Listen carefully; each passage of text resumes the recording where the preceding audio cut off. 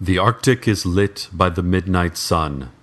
The surface of the moon is lit by the face of the earth. Our little town is lit, too, by lights just above that we cannot explain. Welcome to Night Vale.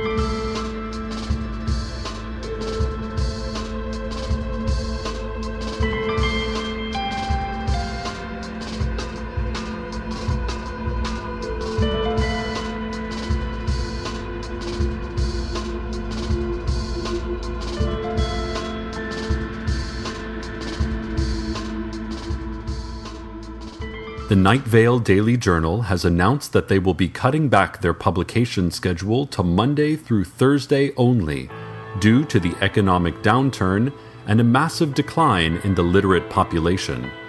The Thursday Daily Journal will now be called the Weekend Edition, and on Sundays, newspaper kiosks, usually filled with important newsprint, will be filled with 2% milk.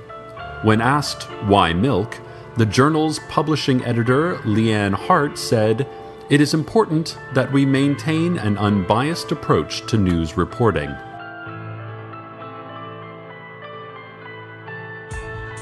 The Night Vale Business Association is proud to announce the new Night Vale Stadium, next to the Night Vale Harbor and waterfront recreation area.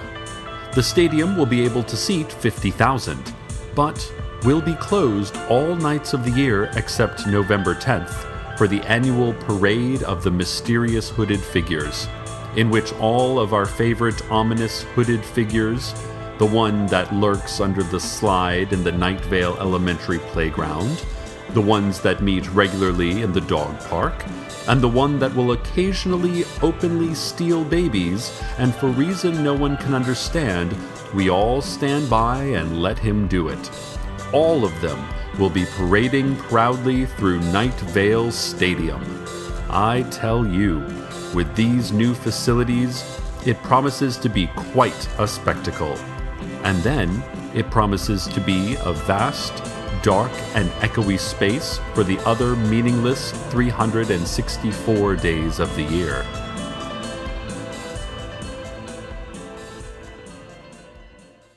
Here at the radio station, it's contract negotiation season with the station management again. That's always an interesting time. Now, obviously, I'm not allowed to go into details, but negotiation is tricky when you're never allowed to glimpse what you're negotiating with.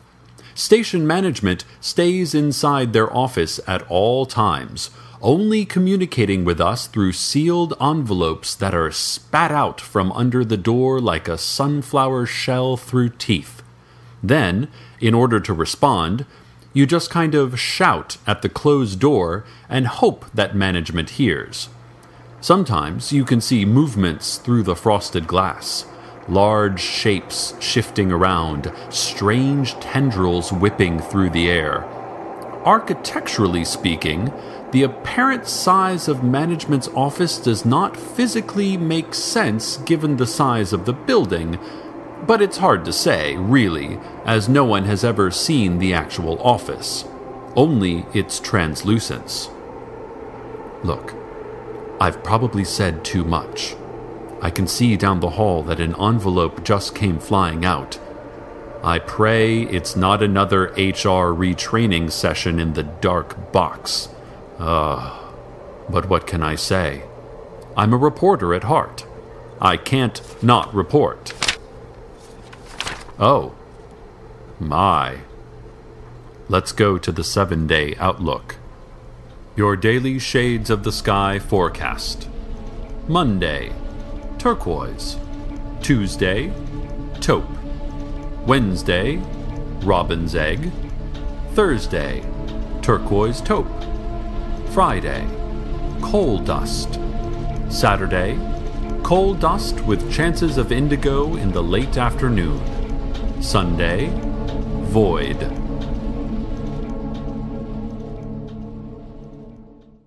The City Council has asked me to remind everyone about the new drive to clean up litter. Night Vale is our home, and who wants to leave trash all over their home? Put it in the garbage can, listeners, and if you see any trash around, pick it up and throw it away. Do your part. Unless the trash is marked with a small red flag. The council has asked me to remind you that any litter marked with a red flag is not to be picked up or approached. Remember the slogan, no flag goes in the bag. Red flag, run. Listeners, we are currently fielding numerous reports that books have stopped working. It seems that all over Night Vale, books have simply ceased functioning. The scientists are studying one of the broken books to see if they can understand just what is going on here. The exact problem is currently unclear, but some of the words being used include sparks, meat smell, biting, and lethal gas. For your own safety, please do not attempt to open a book until we have more information on the nature and cause of these problems. The City Council has released only a brief statement, indicating that their stance on books has not changed, and that, as always, they believe that books are dangerous and inadvisable, and should not be kept in private homes. Another warning for Night Vale residents. Sources say that the used and discount sporting goods store on Flint Drive is a front for the world government. This is based on extensive study of the location, and also because it has a black helicopter pad on which black helicopters regularly depart and land. Fairly unusual for a used and discount sporting goods store. We sent our intern, Chad, to try buying a tennis racket, and have not heard back from him for several weeks. This brings me to a related point. To the parents of Chad, the intern, we regret to inform you that your son was lost in the line of community radio duty and that he will be missed and never forgotten. May you all feel blessed to have the family that you have. And if you're looking for sporting goods, check out Play Ball right over by our own Night Vale community radio station. Play Ball is only a front for the Sheriff's Secret Police, and so can be completely trusted.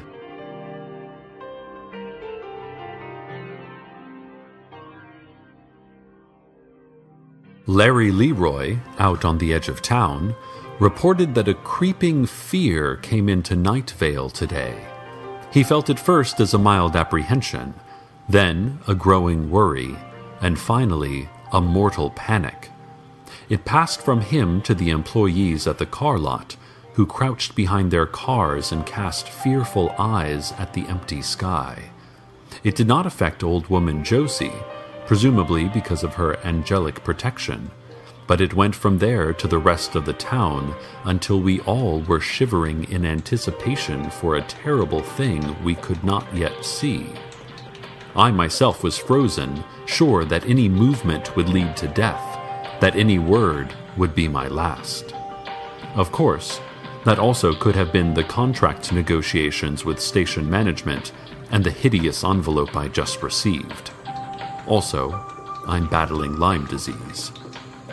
Meanwhile, the creeping fear passed, first leaving Larry Leroy out on the edge of town, and then the car lot, where they went back to offering gently used cars at affordable prices, and finally the rest of us, who could go back to living with the knowledge that, at any given moment, we will either live or die, and it's no use guessing which.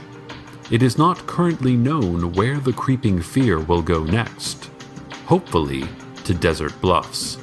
It would serve them right.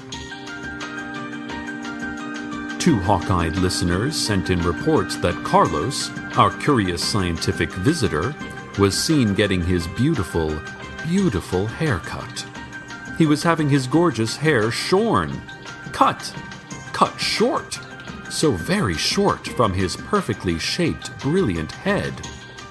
Listeners, I am not one to gossip even if it is a local celebrity, but please explain to me why Carlos would strip away, decimate any part of his thick black hair not to ignore the dignified, if premature, touch of gray in the temples.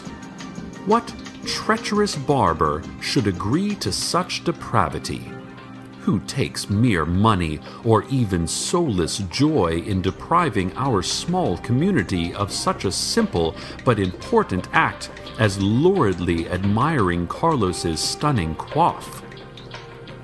Reports from 2 intrepid sources are that it was Telly the barber.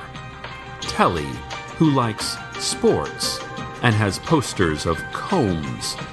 Telly the barber seems to be the one who betrayed our community. Telly the barber.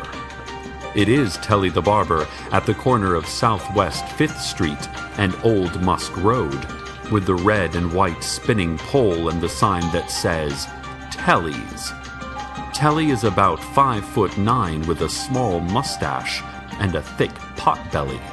He talks with an accent and sneers. Telly the barber cut Carlos's beautiful hair, according to reports. Telly.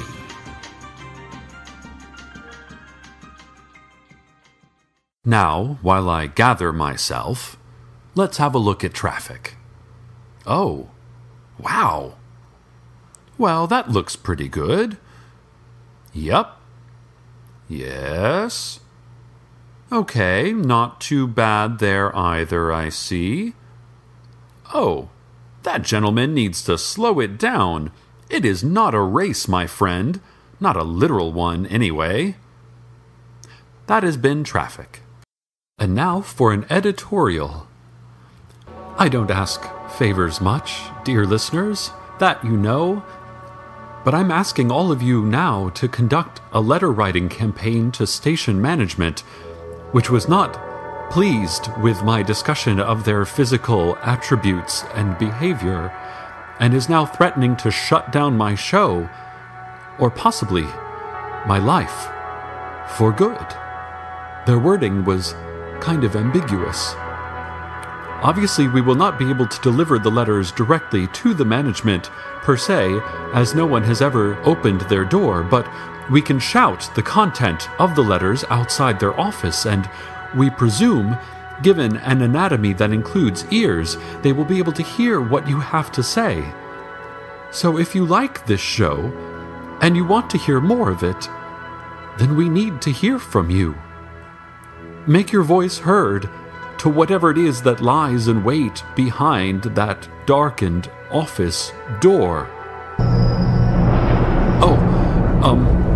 I'm sorry, dear listeners. We'll be back after this word from our sponsors. This segment has been brought to us by Big Rico's Pizza. Listeners, we are proud to have Big Rico's as a sponsor of our show. You will not find a better pizza joint in all of Night Vale than Big Rico's. Just the other night, I stopped by Big Rico's. I was in the mood for a delicious pizza slice, and since Big Rico's is the only pizza place in Night Vale that is not burnt to the ground in an unsolved arson case, and did I mention is also the best pizza in town, I ordered a single Rico slice with 2 authentic toppings, and boy was I satisfied. The flavor was scrumptious. The taste was also scrumptious. And it was warm, the pizza slice.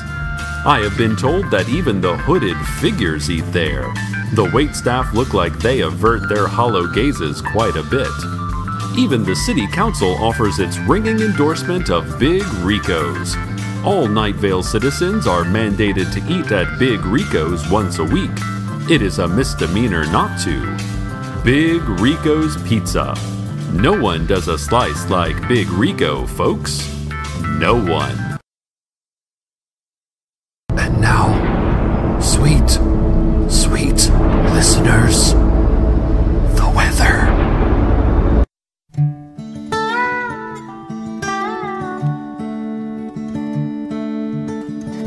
We stopped for peaches, a little roadside stand. Man said his name was Bill. I said I'm Chuck and this is Annie. He said Annie was the one, only true love of his life. And they met at his wedding but by then he had a wife.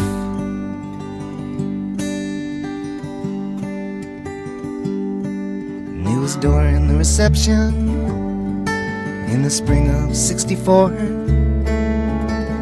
She, his newlywed's best friend, followed him out the barroom door. Maybe his ring got smaller, maybe his fingers swelled, maybe he'd made a big mistake, and maybe time would tell.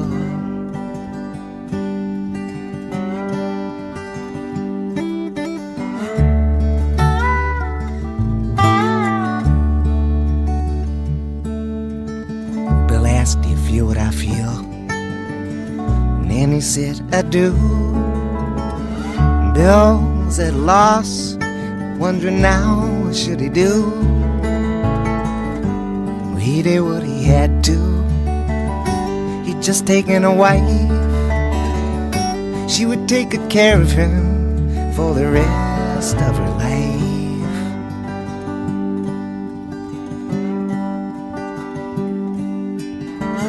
Bill and Annie fought the urge. They saw each other often. She was there in black, with Dave Bell's wife lay in her coffin. By then she'd gotten married, by then she'd moved away. She'd asked Bill for his blessings, but said it was okay.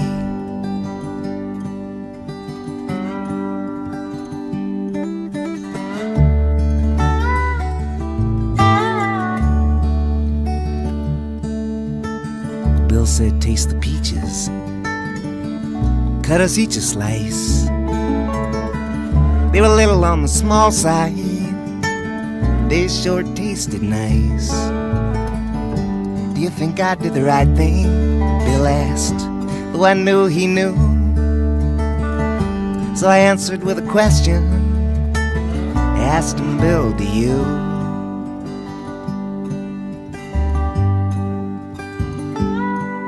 He said, "Annie, pleased to meet you.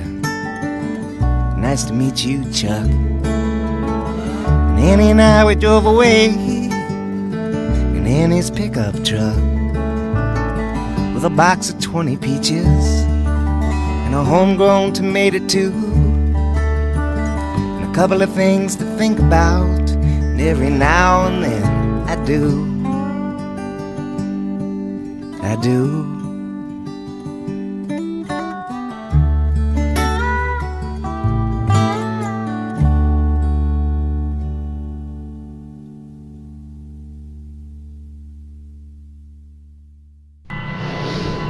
Hello, radio audience. I come to you live from under my desk, where I've dragged my microphone and am currently hiding in the fetal position. Did you write letters? Maybe you should not do this anymore. Station management has opened its door for the first time in my memory and is now roaming the building. I don't know exactly what management looks like, as that is when I took cover under my desk, and I can only hope that they are not listening to what's going out right now, or else I may have sealed my fate. I can hear only a kind of clicking footstep and a faint hissing sound, like releasing steam. An intern went to see what management wanted and has not returned. If you are related to Jerry Hartman, afternoon board operator at Night Vale Community Radio, I'm sorry to inform you that he is probably dead, or at least corporeally absorbed into management permanently.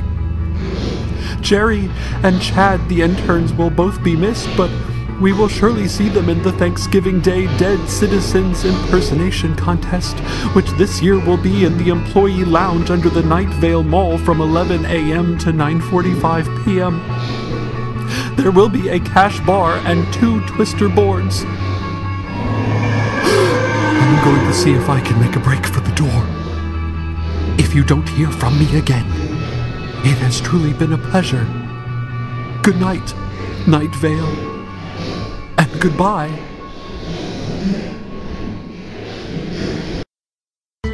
Welcome to Night Vale is a production of Commonplace Books. It is written by Joseph Fink and Jeffrey Craner and produced by Joseph Fink. The voice of Night Vale is Cecil Baldwin. Original music by Disparition. All of it can be downloaded for free at disparition.info. This episode's weather was Bill and Annie by Chuck Brodsky. Find out more at chuckbrodsky.com. Check out commonplacebooks.com for more information on this show, as well as our books on the unused story ideas of H.P. Lovecraft and what it means to be a grown-up. Today's proverb: there's a special place in hell. It's really hip. Very exclusive.